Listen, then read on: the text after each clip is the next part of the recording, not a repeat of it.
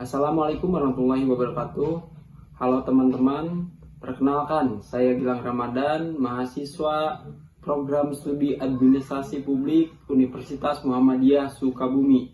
Dalam video ini saya akan membahas tentang pembangunan kawasan perkotaan di Indonesia, mulai dari pengertian kota, teori pembangunan, hingga solusi atas tantangan utama kota modern di Indonesia.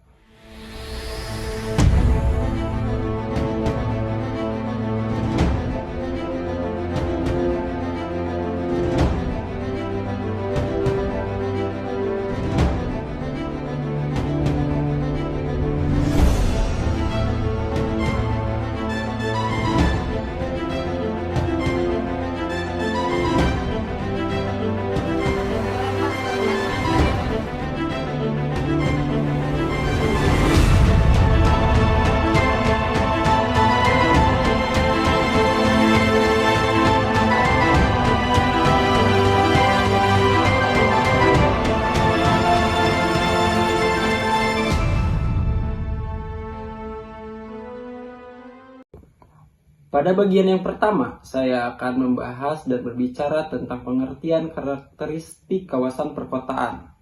Dalam hal ini, menurut para ahli seperti Parks and Burgers, kota adalah sistem sosial ekonomi yang sangat kompleks. Dengan kepadatan tinggi, aktivitas ekonomi non-agraris, dan hubungan sosial yang bersifat impersonal. Berbeda dengan desa, kota memiliki infrastruktur maju, fasilitas publik lengkap, serta masyarakat yang sangat heterogen. Contohnya, seperti Jakarta, kota ini menjadi pusat ekonomi nasional dengan sektor jasa dan perdagangan dominan. Tapi di sisi lain juga menghadapi tantangan seperti banjir, polusi, dan ketimpangan sosial yang tinggi.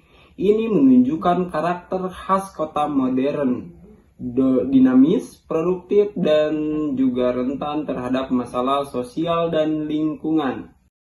Pada bagian 2 yang selanjutnya, teori ekologi perkotaan dan relevansinya. Saya menggunakan teori ekologi perkotaan dari Parks dan Burgers.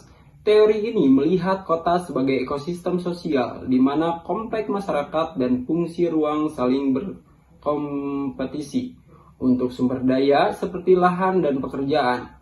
Di Indonesia, teori ini sangat relevan. Misalnya, fenomena urbanisasi besar-besaran menyebabkan munculnya kawasan padat pinggiran kota. Selain itu, kemacetan juga bisa dijelaskan lewat teori ini karena aktivitas ekonomi yang terkonsentrasi di pusat membuat arus mobilitas tinggi dan infrastruktur kewalahan. Pada bagian selanjutnya, bagian yang ketiga, ini berbicara tentang pentingnya tata ruang dan perencanaan kota. Tata ruang dan perencanaan kota sangat penting untuk menciptakan pembangunan yang berkelanjutan dan inklusif. Kebijakan seperti RT/RW dan program Transit Oriented Development (TOD) di Jakarta adalah contoh nyata. Dengan mengatur fungsi ruang, pemerintah bisa mengurangi kemacetan, menyediakan ruang terbuka hijau, dan meningkatkan kualitas hidup masyarakat. Program ini seperti Kotaku, Kota Tanpa Kumuh dari Kementerian PUPR juga menunjukkan bagaimana perencanaan partisipatif dapat memperbaiki permukiman padat dan meningkatkan sanitasi bagi warganya. Pada bagian yang keempat, peran kebijakan publik. Kebijakan publik menjadi alat penting untuk mengarahkan pembangunan kota. Contohnya program Kotaku yang berfokus pada pengentasan kawasan kumuh melalui infrastruktur dasar dan pemberdayaan masyarakat.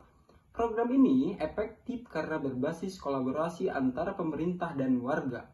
Namun, tantangannya adalah koordinasi antar instansi dan keberlanjutan pendanaan. Tanpa integrasi lintas sektor, perbaikan fisik bisa berjalan, tapi masalah sosial akan tetap muncul. Pada bagian yang terakhir, ini berbicara tentang tantangan utama dan solusi inovatif. Salah satu tantangan utama pembangunan kota di Indonesia adalah kemacetan. Penyebabnya bukan hanya jumlah kendaraan, tetapi juga kurangnya integrasi antar moda transportasi dan tata ruang yang tidak efisien. Solusi yang bisa diterapkan adalah kombinasi antara kita mempunyai 3 kombinasi. Yang pertama, transit oriented development yang tadi dibahas di awal, mengembangkan hunian dan aktivitas ekonomi di sektor transportasi publik. Yang kedua, mobile service MaaS, satu platform digital untuk semua mode transportasi. Dan yang terakhir, kebijakan pembatasan kendaraan pribadi seperti tarif parkir yang harus dinamis dan jalan berbayar. Kebijakan ini terbukti berhasil di kota seperti Singapura dan mulai diuji di Jakarta. Secara teoritis, pendekatan perkotaan ini sejalan dengan teori lokasi Alonso dan konsep difusi inovasi Rogers.